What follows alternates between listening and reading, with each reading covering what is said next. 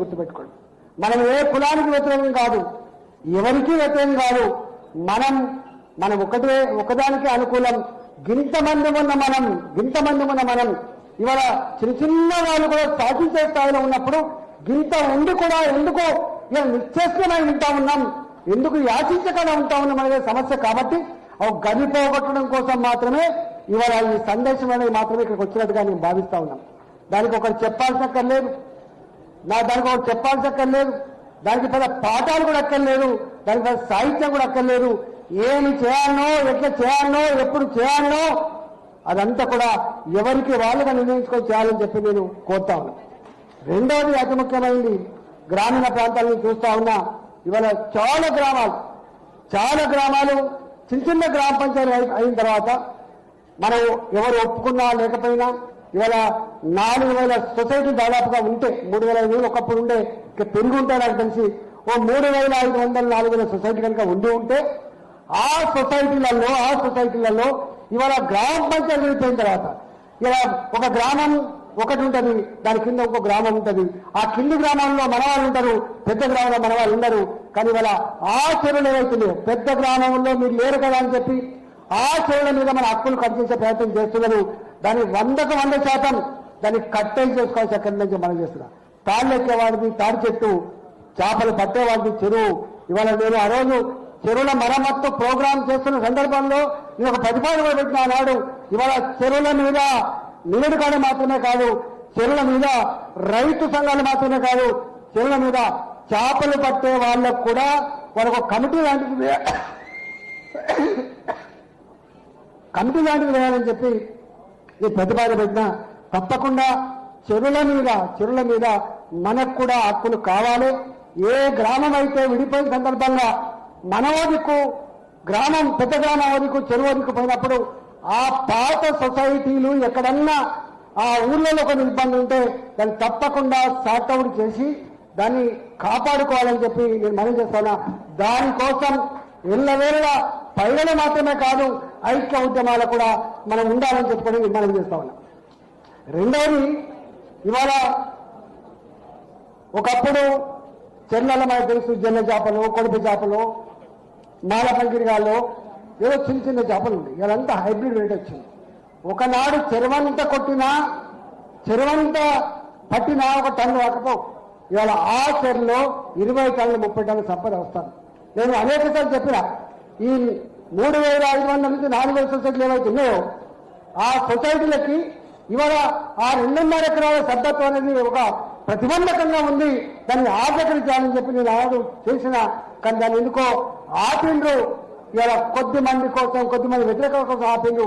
కానీ ఇవాళ శ్రీరణ తప్పకుండా ఇవాళ మారిన పరిస్థితులలో మన వాళ్ళకి సభ్యత్వాలు రావాలంటే కూడా తీర్మానం చేయలేక పిల్లలకు అనేక మందికి దరఖాస్తులు పెట్టుకున్నా కూడా సభ్యత్వాలు వస్తలేదు. కాబట్టి ఇవాళ పెద్ద ఉద్యోగాలు చేసుకోవాలని భావిస్తాం, ఇంతకంటే గొప్పగా జీవించాలని భావిస్తాం. కానీ ఉన్న వృత్తి మీద మాత్రం తప్పకుండా సంపూర్ణమైన అధికారం ఉండాలి. కాబట్టి ఆ చెర్లల్లో ఆ ప్రతిబంధకంగా ఉన్నటువంటి జీవం తీసివేసి అక్కడ ఆ కొత్త జీవం ఏది ఇచ్చిన అమలు చేయాలని చెప్పి నేను కోరుతా ఉన్నా. మూడవది, ఇవాళ అనేక గ్రామాలలో చెరువులు లేవు, సొసైటీలు లేవు, ప్రాజెక్టులు వచ్చినాయి.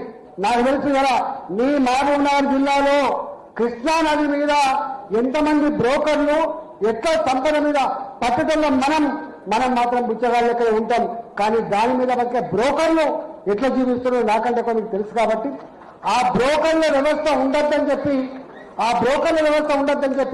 నువ్వు ఎంత ప్రయత్నం చేసినా మాకు తెలుసా నాడు. ఇవాళ చేప పిల్లలు ఉచితంగా రావడానికి కారణం, ఇవాళ బళ్ళు ఇప్పడానికి కారణం, ఐస్ ఫ్యాక్టరీ లోన్లు ఇప్పడానికి కారణం, డీసీఎం ఇప్పడానికి కారణం ఏంటంటే మన వాళ్ళే బ్రోకర్లకు అమ్ముకోకుండా వ్యాపారం చేసుకున్న స్థాయికి రావాలని చెప్పి కొంత ప్రయత్నం చేసినాం. కాకపోతే అది సంపూర్ణంగా అమలు కాకపోవచ్చు, కానీ ఆ ఆలోచన మాత్రం సంపూర్ణంగా అమలు కావాల్సి ఎక్కడుందని చెప్పి నేను మనం చేస్తాను. 4వది, ప్రాజెక్టులు వచ్చినాయి. కొన్ని సందర్భాల్లో కొన్ని అనాలోచిత నిర్ణయాలు తీసుకున్నారు.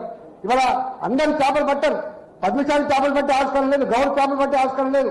ప్రాజెక్టులలో ఎన్ని గ్రామాలు అయితే పోయినాయో ఆ గ్రామాలు మాత్రమే కాకుండా గ్రామాల వాళ్ళకు మాత్రమే కాకుండా ఎక్కడెక్కడైతే గ్రామాలలో మన వాళ్ళు ఉండి వాళ్ళకు సతత్వాలు లేవో, వాళ్ళకు చెరువులు లేవో, అలాంటి వాళ్ళకు కూడా కొంత జోన్లు ఏర్పాటు చేసి వాళ్ళకు సద్దత్వాలు ఇస్తే వాళ్ళు పట్టుకునేటువంటి ఆస్కారం ఉంటుంది. మీకు ఎల్ఎండిలో దాదాపు 15-16 గ్రామాల వాళ్ళకి అక్కడ సద్దత్వాలు ఇచ్చిండ్రు. అట్లనే ఇలా గోదావరి మీద బోర్డన్లు ఉన్నాయి కాబట్టి వాటి మీద కూడా సద్దత్వాలు ఇచ్చి ఆలోచన చేయమని చెప్పి కోరుతా ఉన్నా. కొద్ది మంది సంకుచిత వాదులు వ్యతిరేకిస్తూ ఉంటారు, దాని గురించి మనం పట్టించుకోవాల్సి అక్కర్లేదు. రిపీటెడ్ గా కొంత మీరు ఎఫర్ట్స్ పెట్టండి, తప్పకుండా అయిద్దని చెప్పి మనం చేస్తూ చివరగా ఒక మాట ఇవాళ మీరు చూస్తా ఉన్నారు. నేను 2004లో ఎమ్మెల్యే అయిన తర్వాత నాకు బండ ప్రకాష్ అన్న నాకు సబ్జెక్ట్ ఇచ్చింది. ఒకే రాష్ట్రం ఒకే వృత్తి, ఎందుకు ఈ వివక్ష అని చెప్పి మొట్టమొదటి మాట్లాడింది నేనే అసెంబ్లీలో. ఆనాడు రాజశేఖర రెడ్డి గారు అట్లే అన్నమేమో ఉద్యమాలు చేసిండు, మా జ్ఞానేశ్వర అప్పుడు పేదలు నాకు తెలిసి అంత పెద్ద మీటింగ్లు మనం జరగకపోవచ్చు, వారు అట్నుంచి తీసుకొచ్చిండు. వీరు సబ్జెక్ట్ ఇస్తే నేను అసెంబ్లీ ప్రస్తావించినాడు 2008 బై ఎలక్షన్లో మహబూబ్ నగర్ లో జడ్చర్ల నుంచి అని అనౌన్స్ చేయడం జరిగింది. ఆ డిమాండ్ ఎల్లవేళ ఉంది. బీసీ-డి నుంచి ఏకరావాల డిమాండ్ అయితే ఉందో అది శాశ్వతమైన డిమాండ్. దానికోసం తప్పకుండా అందరం ఐక్యంగా ఫైట్ చేద్దామని చెప్పి మనం చేస్తూ చివరిగా ఒక మాట మళ్ళీ చెప్తున్నా, అందరినీ కలుపుకొని పోవాలి. మనకు మనంగా ఐసోలేట్ కావాలి, గుర్తుపెట్టుకోండి. నాయకులు ఎదగాలని కూడా వాళ్ళు ఒక దాంతో ఒక ఎమ్మెల్యే కాలేదు, ఒక ఎంపీ కాలేదు. మీకు తెలుసు మాలాంటి వాళ్ళం మామూలు కుటుంబం నుంచి వచ్చి ఒకసారి ఎమ్మెల్యే అయితే 20 ఏళ్ళ దాకా మళ్ళీ పోలేదు. ఎందుకు పోలేదో ఆ చరిత్ర మీ కళ్ళ మీద ఉన్నది.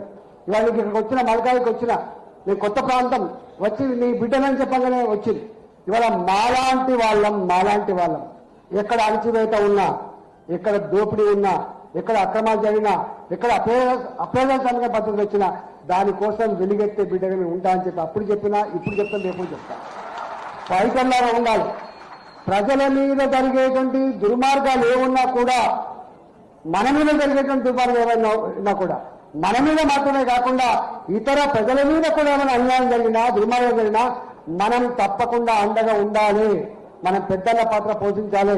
నేను గ్రామాల్లో చూస్తా ఉన్నా, సాహసానికి లౌక్యం ఉన్న వాళ్ళం కాబట్టి ఆ సాహసం ఉన్న వాళ్ళం తప్పకుండా అందరికీ కూడా ఎక్కడ అన్యాయం జరిగినా మేము ఉన్నాం అనేటువంటి పెద్దన్న పాత్ర పోషించాలని చెప్పి మీ అందరికీ విజ్ఞప్తి చేస్తున్నా. గ్రామాలలో అందరినీ కలుపుకొని ఇలా లీడ్ చేసేటువంటి సందర్భం మీకు ఆసనమైంది కాబట్టి ఆ దిశగా మీరు అడుగులు వేయాలని, బ్రాడ్గా ఉండాలని, బ్రాడ్గా ఎదగాలని, అందరినీ కలుపుకొని ముందుకు పోవాలని, రాజ్యాధికారమే ధ్యేయంగా మనం పనిచేసే పరిస్థితి రావాలని చెప్పి మనస్ఫూర్తిగా కోరుకుంటూ, ఇంత గొప్పగా ఆర్గనైజ్ చేసినటువంటి వాళ్ళందరికీ కూడా నాకు మంత్రి గారు 3 సార్లు ఫోన్ చేసిండు. అన్నా వస్తున్నావా లేదా, పక్కా వస్తానని చెప్పిన తప్పకుండా ఎక్కడ ఎప్పుడు పిలిచి